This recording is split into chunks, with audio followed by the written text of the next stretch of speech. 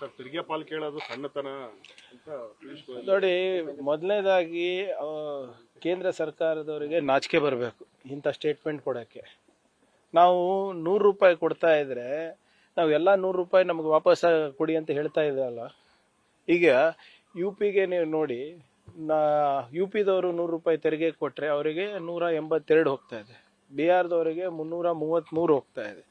ಹೀಗೆ ಬೇರೆ ಬೇರೆ ರಾಜ್ಯಗಳಿಗೆ ಅವ್ರ ತೆರಿಗೆ ಎಷ್ಟು ಕೊಡ್ತಾ ಇದ್ದಾರೆ, ಅವ್ರ ಪಾಲ್ಕಿಂತ ಡಬಲ್ ಟ್ರಿಪಲ್ ಕೊಡ್ತಾ ಇದ್ದಾರೆ. ಕರ್ನಾಟಕಕ್ಕೆ 12-13 ರೂಪಾಯಿ ಸಿಗ್ತಾ ಇರೋದು. ನಾವು 100 ರೂಪಾಯಿ ಕೊಡಿ ಅಂತ ಹೇಳ್ತಾ ಇಲ್ಲ, ಕೊಡಿ 25-30 ರೂಪಾಯಿ ಕೊಡಿ. ಇದರಿಂದ ನಾವೇನು ಮಾಡ್ತೀವಿ, ಇನ್ಫ್ರಾಸ್ಟ್ರಕ್ಚರ್ ಕಟ್ತೀವಿ, ಉದ್ಯೋಗ ಸೃಷ್ಟಿ ಮಾಡ್ತಾ ಇದ್ದೀವಿ, ರಾಷ್ಟ್ರಕ್ಕೆ ಒಳ್ಳೇದು ಮಾಡ್ತಾ ಇದ್ದೀವಿ. ಇವತ್ತು ಕರ್ನಾಟಕ ಒಂದು ಎಕನಾಮಿಕ್ ಪವರ್ ಹೌಸ್ ಇದೆ, ಒಂದು ಎಕನಾಮಿಕ್ ಇಂಜಿನ್ ಇದೆ ನಮ್ಮ ರಾಷ್ಟ್ರಕ್ಕೆ. ಅದನ್ನ ಇವರು ಬೇಡ ಅಂತಾರ? ಆಮೇಲೆ ಇವರು ಯು ಪಿಗೆ ಯಾಕೆ ಕೊಡ್ತಾ ಇದ್ದಾರೆ ಮತ್ತೆ ಅಷ್ಟೊಂದು? ಈ ಪಿಯೂಷ್ ಗೋಯಲ್ ಅವರಿಗೆ ನಿಜವಾಗ್ಲೂ ಏನಾದರೂ ಧೈರ್ಯ ಇದ್ರೆ ಹೋಗಿ ಉತ್ತರ ಪ್ರದೇಶನಲ್ಲಿ ಇದು ಹೇಳಿ ನೋಡೋಣ. ಹೋಗಿ ಅಲ್ಲಿ ಕುಂಭಮೇಳ ನಡೀತಾ ಇದೆ ಅಲ್ಲ, ಅಲ್ಲಿ ಹೋಗಿ ಹೇಳಿ ಎಷ್ಟು ತೆರಿಗೆ ಕೊಡ್ತಾ ಇದ್ದೀರಾ ಅಷ್ಟೇ ನಾವು ಕೊಡ್ತೀವಿ ಅಂತ ಹೇಳಕ್ ಧೈರ್ಯ ಇದೆಯಾ ಅವರಿಗೆ? ಇವತ್ತು ಉತ್ತರ ಪ್ರದೇಶದವರು, ಮಧ್ಯಪ್ರದೇಶದವರು, ಬಿಹಾರದವರು, ನಾರ್ತ್ ಈಸ್ಟ್ ಅವರು ಇವತ್ತು ಎಲ್ಲಿ ಉದ್ಯೋಗ ಹುಡ್ಕೊಂಡು ಬರ್ತಾ ಇರೋದು? ಕರ್ನಾಟಕಕ್ಕಲ್ವಾ?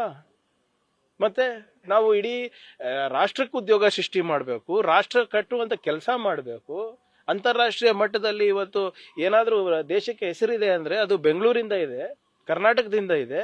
ಅದಕ್ಕೆ ನಾವು ತೆರಿಗೆ ಕೊಡ್ತಾ ಇದ್ದೀವಿ. ಅದ್ರ ಒಂದು ಸ್ವಲ್ಪ ಪಾಲ್ ಹೆಚ್ಚು ಮಾಡಿ ಅಂತ ಹೇಳಿದ್ರೆ ಇವ್ರ ಮಾಮನ ಮನೆ ಕೊಡ್ತಾ ಇದಾರೇನ್ರಿ? ಇದೇ ವಿಚಾರ ನೀವು ಬೇಕಾದ್ರೆ ಮೋದಿ ಅವರು ಗುಜರಾತ್ ಚೀಫ್ ಮಿನಿಸ್ಟರ್ ಇದ್ದಾಗ ಇದು ಹೇಳಿದ್ದು. ಕೇಂದ್ರ ಸರ್ಕಾರ ಗುಜರಾತ್ ಮೇಲೆ ಏನೋ ದೊಡ್ಡ ಇದು ಎಹಸಾನ್ ಮಾಡ್ತಾ ಇಲ್ಲ, ಅವ್ರೇನೋ ಅವ್ರ ಮಾವನ ಮನೆಯಿಂದ ತಂದು ಕೊಡ್ತಾ ಇದಾರ ಅಂತ ಕೇಳಿದ್ರು. ಅಂದ್ರೆ ಈ ಪಿಯೂಷ್ ಗೋಯಲ್ ಅವರು ಇವಾಗ ಏನೋ ಅವ್ರ ಮಾವನ ಮನೆಯಿಂದ ತಂದು ಕೊಡ್ತಾ ಇದಾರ? ಕನ್ನಡಿಗರ ಬೆವರು ಬೇಕು, ಕನ್ನಡಿಗರ ದುಡಿಮೆ ಬೇಕು, ಅವರ ತೆರಿಗೆ ಬೇಕು, IT ಬೇಕು, GST ಬೇಕು. ಸ್ವಲ್ಪ ಹೆಚ್ಚು ಕೊಡ್ರಿ, ಉದ್ಯೋಗ ಸೃಷ್ಟಿ ಮಾಡ್ತೀವಿ ಅಂದ್ರೆ ಇಷ್ಟೆಲ್ಲ ಕೇಳ್ಬೇಕು ನಾವು ಮಾತು. ಸೊ ಅದರಿಂದ ಇದಕ್ಕೆ ಉತ್ತರ ಬಿಜೆಪಿ ಸಂಸದರು ಕೊಡ್ಬೇಕಾಗ್ತಾರೆ. ಮಾತು ಮುಂಚೆ ಮೋದಿದು ಮನ್ ಕಿ ಬಾತು, ಪರೀಕ್ಷೆ ಪೇ ಚರ್ಚಾ ಅದೆಲ್ಲ ಮಾಡ್ತಾರಲ್ಲ, ಇದ್ರ ಬಗ್ಗೆನೂ ಹೇಳಿ ನೋಡೋಣ. ಪ್ರತಿಭಟನೆ ಇತ್ತು ಇವತ್ತು, ಪ್ರತಿಭಟನೆಗೆ ಮುಂಚೆನೆ ಅಧ್ಯಕ್ಷರನ್ನೆಲ್ಲ ಅರೆಸ್ಟ್ ಮಾಡಿ ಕರ್ಕೊಂಡು ಹೋಗಿದ್ದಾರೆ ಪೊಲೀಸರು. ನೋಡಿ, ಕೂಡ ಕೊಡ್ತಾ ಇಲ್ಲ, ಆ ಪ್ರತಿಭಟನೆದ ಅವಕಾಶ ಇಲ್ಲ. ಇದು ನೋಡಿ ಸ್ವಲ್ಪ ಅತಿಯಾಗಿದೆ. ನಾವು ಅವ್ರು ಹೇಳಿದ್ದೆಲ್ಲ ಕೇಳಿದ್ದೇವೆ. ಹಿಂದಿನ ಸರ್ಕಾರದಲ್ಲಾದಂಥ ಲೋಪಗಳನ್ನ CAG ರಿಪೋರ್ಟು ಬಂದಿದೆ. ನಾವು ಕಾನೂನಾತ್ಮಕ ಮಾಡಬೇಕಾದ್ರೂ ಕೂಡ ಹೀಗೆ ಬ್ಲ್ಯಾಕ್ ಮೇಲ್ ಮಾಡೋದು ಎಷ್ಟು ಸರಿ? ಆಮೇಲೆ BNSS ಪ್ರಕಾರನೇ ನಾವೇನು ಯಾವುದೋ ಪ್ರತಿಭಟನೆ ಹತ್ತಿಕ್ಕೋ ಪ್ರಯತ್ನ ಮಾಡ್ತಾ ಇಲ್ಲ. ಪ್ರತಿಭಟನೆ ಮಾಡಲಿ, ಬೇಡ ಅಂತ ಇಲ್ಲ. ಪದೇ ಪದೇ ವಿಷ ಸೇವಿಸ್ತೀವಿ ಅಂತ ಹೇಳೋದು, ವಿಷ ಕುಡಿತೀವಿ ಅಂತ ಹೇಳೋದು 226 ಇದು ಏನು B ಇದ್ರ ಪ್ರಕಾರ ಇಟ್ ಈಸ್ ಅ ಕ್ರೈಮ್. ಈಗ ನಾವು ಏನು ಮಾಡಿದೀವಿ ಅಂತ ನಮ್ಗೆ ಬ್ಲ್ಯಾಕ್ ಮೇಲ್ ಮಾಡ್ತಾ ಇದ್ದಾರೆ. ಕಾನೂನ ಪರವಾಗಿ, ಸಂವಿಧಾನದ ಪರವಾಗಿ ನಾವು ನಿಂತಿದ್ದೀವಿ ಅಂತ ಇವತ್ತು ಇಷ್ಟು ಬ್ಲ್ಯಾಕ್ ಮೇಲ್ ಮಾಡ್ತಾ ಇದ್ದಾರಾ? ಅವ್ರು ನಿಜವಾಗ್ಲೂ ಪ್ರತಿಭಟನೆ ಮಾಡಬೇಕು ಅಂದ್ರೆ BJP ಕಚೇರಿ ಮುಂದೆ ಪ್ರತಿಭಟನೆ ಮಾಡ್ಬೇಕು. ಇವತ್ತು ಅವರ ಒಂದು ಲೋಪದಿಂದ ಪಾಪ ಇವತ್ತು ಅವರಿಗೆಲ್ಲ ತೊಂದರೆ ಆಗಿದೆ. ನಾವು ಅದು ಲೋಪಗಳನ್ನ ಸರಿಪಡಿಸ್ತಾ ಇದೀವಿ. ಇಲ್ಲದ್ರೆ ಒಂದು ಕೆಲಸ ಮಾಡ್ಬಿಡ್ಲಿ, BJP ಅವ್ರು ಯಾವಾಗ್ಲೂ ಮಾತಾಡ್ತಾರಲ್ಲ ಇದ್ರ ಬಗ್ಗೆ, ಯಾವ ಕಾನೂನು ಅಡಿನಲ್ಲಿ ನಾವು ಅವರಿಗೆ ದುಡ್ಡು ಕೊಡ್ಬೋದು ಅದನ್ನ ನಮ್ಗೆ ತಿಳಿಸ್ಲಿ, ಅದನ್ನ ನಾನು ಮಾಡ್ತೀನಿ. ಹೌದು, ಇಂಥ ಕಾನೂನು ಅಡಿನಲ್ಲಿ, ಇಂಥ ರೂಲ್ ಅಡಿನಲ್ಲಿ, ಇಂಥ ಯೋಜನೆ ಅಡಿನಲ್ಲಿ ನೀವು ಕೊಟ್ಬಿಡಿ, ಇಂಥ ದುಡ್ಡು ಕೊಟ್ಬಿಡಿ, ಪಾವತಿ ಮಾಡ್ಬಿಡಿ ಅಂತ ಹೇಳಿದ್ರೆ ಪಾವತಿ ಮಾಡ್ಬಿಡ್ತೀನಿ. ಇದು ಬಿಟ್ಟು ಇದ್ರಲ್ಲಿ ರಾಜಕೀಯ ಮಾಡೋದು ಸರಿಯಲ್ಲ. ಆಮೇಲೆ ಕಾಂಟ್ರಾಕ್ಟರ್ಗಳಿಗೂ ನಾವು ಮನವಿ ಮಾಡ್ಕೊಂಡಿದ್ದೀವಿ. 1 ವರ್ಷದಿಂದ ತನಿಖೆ ನಡೀತಾ ಇದೆ. ಎಷ್ಟು ವರ್ಷ, ಕೋಟ್ಯಾಂತರ ರೂಪಾಯಿ.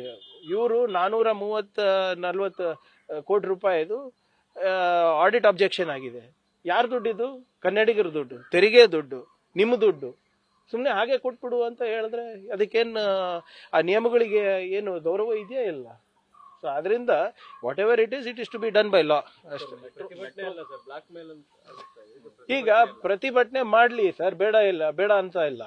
ಆದ್ರೆ ಪ್ರತಿಭಟನೆ ಆಹ್ವಾನ ಮೆಸೇಜ್ ನಲ್ಲಿ ಏನಿದೆ? ವಿಷ ಬಾಟಲ್ ತಗೊಂಡ್ ಬನ್ನಿ, ಅದು ಮಾಡಿ ಇದು ಮಾಡಿ ಅಂದ್ರೆ ಏನರ್ಥ? ಈಗ ನಮ್ಮಿಂದ ಏನಾದ್ರೂ ಲೋಪ ಆಗಿದೆಯಾ? ಹೌದು, ನಮ್ಮ ಸರ್ಕಾರ ಬಂದ್ಮೇಲೆ ಇಂಥ ಲೋಪ ಆಗಿದೆ, CAG ಆಡಿಟ್ ರಿಪೋರ್ಟ್ ತಪ್ಪು, ನೀವು ಸರ್ಕಾರದ ದುಡ್ಡು ಹೆಂಗ್ ಬೇಕಂಗ್ ಕೊಟ್ಬಿಡಿ ಅಂತ ಹೇಳ್ಬಿಟ್ರೆ ನೀವು ಹೇಳಿ, ಯಾವ ಕಾನೂನು ಅಡಿನಲ್ಲಿ ಕೊಡ್ಬೋದು ಹೇಳಿ, ಅದು ಕೊಡ್ತೀವಿ ನಾವು. ಸರ್ ಮೆಟ್ರೋ ದರ ಏರಿಕೆ ಆಗಿದೆ, ಇದನ್ನು ಸರ್ಕಾರ ಸಮರ್ಥನೆ ಮಾಡ್ತಿದೆ. ನೋಡಿ, ಮೊದಲನೇದಾಗಿ ಮೆಟ್ರೋ ದರ ಏರಿಕೆ ರಾಜ್ಯ ಸರ್ಕಾರದ ಹೊಣೆ ಅಲ್ಲ. ಅದಕ್ಕೆ ಫೇರ್ ಫಿಕ್ಸೇಷನ್ ಕಮಿಟಿ ಅಂತ ಗೌರ್ಮೆಂಟ್ ಆಫ್ ಇಂಡಿಯಾ ಆ್ಯಕ್ಟ್ ಅಲ್ಲಿ ಇದೆ. ಇದಕ್ಕೆ ಏನಿದ್ರು ಕೂಡ ಕೇಂದ್ರ ಸರ್ಕಾರ ಜವಾಬ್ದಾರಿ.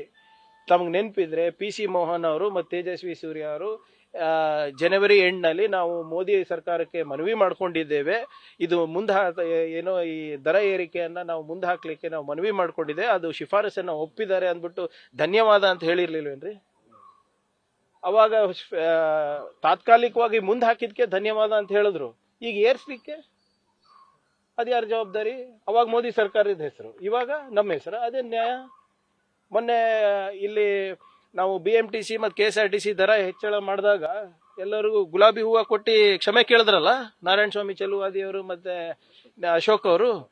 ನಾನು ಅವ್ರಿಗೆ ಆಗ್ರಹಿಸ್ತಾ ಇದ್ದೀನಿ ತಮ್ಮ ಮುಖಾಂತರ, ದಯವಿಟ್ಟು ಮೆಟ್ರೋ ಸ್ಟೇಷನಿಗೆ ಹೋಗಿ ಮೋದಿಯವ್ರ ಪರವಾಗಿ ತಾವು ಕ್ಷಮೆಯನ್ನು ಕೇಳಿ. ಎಲ್ಲರಿಗೂ ಕೂಡ ಗುಲಾಬಿ ಹೂವು ಕೊಟ್ಬಿಟ್ಟು ನಮ್ಮಿಂದ ತಪ್ಪಾಗಿದೆ ಅಂತ ಕೊಡಿ. ಮೊನ್ನೆ ಮಾಡಿದ್ರಲ್ಲ KSRTCನಲ್ಲಿ ಬಸ್ ನಿಲ್ದಾಣದಲ್ಲಿ ಮಾಡಿದ್ದನ್ನ ಇವಾಗ ಮೆಟ್ರೋ ನಿಲ್ದಾಣದಲ್ಲಿ ಮಾಡಿ ಅಂತ ನಾನು ಆಗ್ರಹಿಸ್ತಾ ಇದ್ದೀನಿ. ಏರಿಕೆ ಆದಾಗ ಹೋರಾಟ ಮಾಡಿದ್ರು, ಆದ್ರೆ ಈಗ ಹೋರಾಟ ಮಾಡ್ತಿಲ್ಲ, ಮನವಿ ಕೊಡ್ತಾರಂತೆ. ಯಾರಿಗೆ ಮನವಿ ಕೊಡ್ತಾರಂತೆ? ಗುಲಾಬಿ ಹೂವು ಬೇಕಾದ್ರೆ ನಾವೇ ಖರೀದಿ ಮಾಡಿ ಕೊಡ್ಸೋಣಂತೆ. ಅವಾಗ ಗುಲಾಬಿ ಹೂವು ಮಾಡಿ ಕೊಟ್ಟು ನಾವು ಕ್ಷಮೆ ಯಾಚಿಸ್ತೀವಿ ಸಿದ್ದರಾಮಯ್ಯವ್ರ ಪರವಾಗಿ ಅಂತ ಹೇಳಿದವರು ಇವಾಗ ಮೋದಿ ಪರವಾಗಿ ಯಾಕೆ ಕ್ಷಮೆ ಯಾಚಿಸ್ತಾ ಇಲ್ಲ? ಇವಾಗ ಮನವಿ ಕೊಡ್ತಾರಂತ, ಇವಾಗ ಯಾಕೆ ಪ್ರತಿಭಟನೆ ಮಾಡ್ತಾ ಇಲ್ಲ? ಇಷ್ಟೇನಾ ಇವ್ರ ದಮ್ಮು ತಾಕತ್ತು? ಸಿದ್ದರಾಮಯ್ಯ ಅವ್ರ ಪರವಾಗಿ, DK ಶಿವಕುಮಾರ್ ಅವ್ರ ಪರವಾಗಿ ಗುಲಾಬಿ ಹೂವು, ಮೋದಿ ಅವ್ರು ಮಾಡಿದಾಗ ಮನವಿ ಪತ್ರ. ಇದೇನು ನ್ಯಾಯ? ಎಲ್ಲೋದ್ರು ಅವ್ರು ಸಂಸದರೆಲ್ಲರು.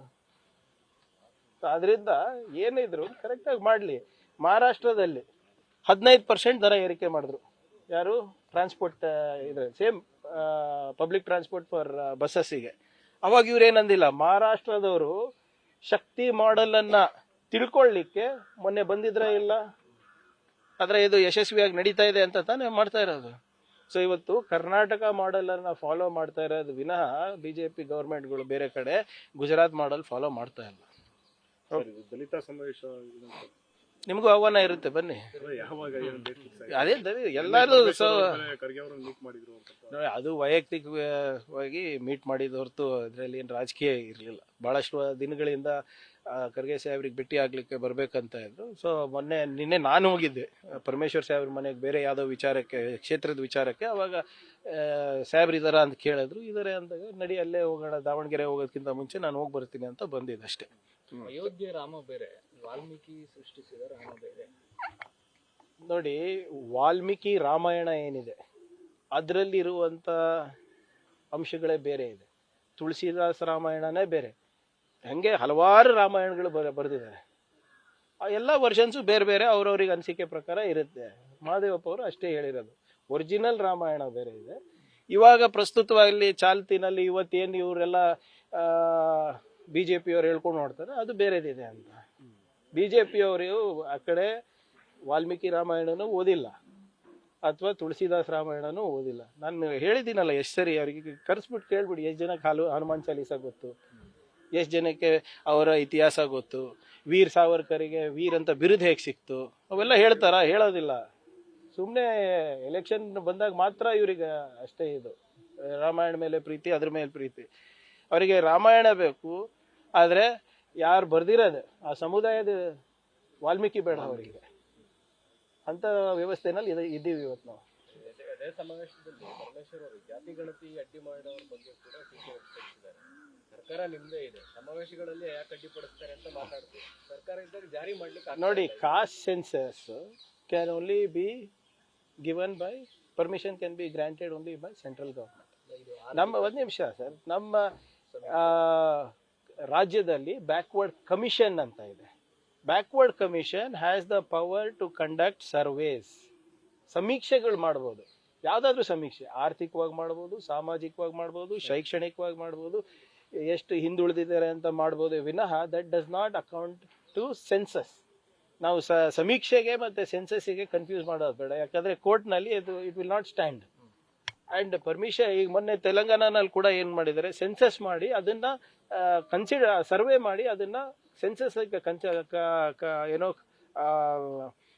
ಕನ್ಸಿಡರ್ ಮಾಡಿ ಅಂದ್ಬಿಟ್ಟು ಕೇಂದ್ರ ಸರ್ಕಾರಕ್ಕೆ ಮನವಿ ಮಾಡ್ಕೊಂಡಿದ್ದಾರೆ. ಸೊ ಸೆನ್ಸಸ್ ಮಾಡಬೇಕಾಗಿರೋದು ಕೇಂದ್ರ ಸರ್ಕಾರ, ಇಲ್ಲದ್ರೆ ನಮ್ಗೆ ಪರ್ಮಿಷನ್ ಕೊಡ್ಲಿ ನಾವು ಮಾಡ್ತೀವಿ. ಅಲ್ಲ, ಈಗ ಮಾಡಿರೋ ಸರ್ವೆ ಏನಾದ್ರು ದೊಡ್ಡ ಮಟ್ಟಿಗಿನ ಪೊಲಿಟಿಕಲ್ ಇದು ಮಾಡುತ್ತೆ? ಅದಿನ್ನ ಗೊತ್ತೇ ಇಲ್ಲಲ್ಲ ಸರ್.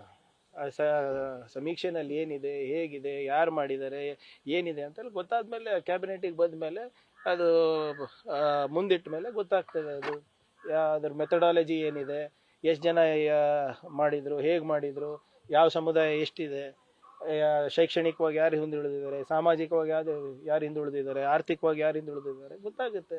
ಅದು ವೈಜ್ಞಾನಿಕನೋ ಅವೈಜ್ಞಾನಿಕವಾಗೋ ತೀರ್ಮಾನ ಅದು ನೋಡಾದ್ಮೇಲೆ ಅಲ್ವಾ, ನೋಡೋದ್ಕಿಂತ ಮುಂಚೆನೆ ನಾನು ಹೆಂಗೆ ಹೇಳಿ.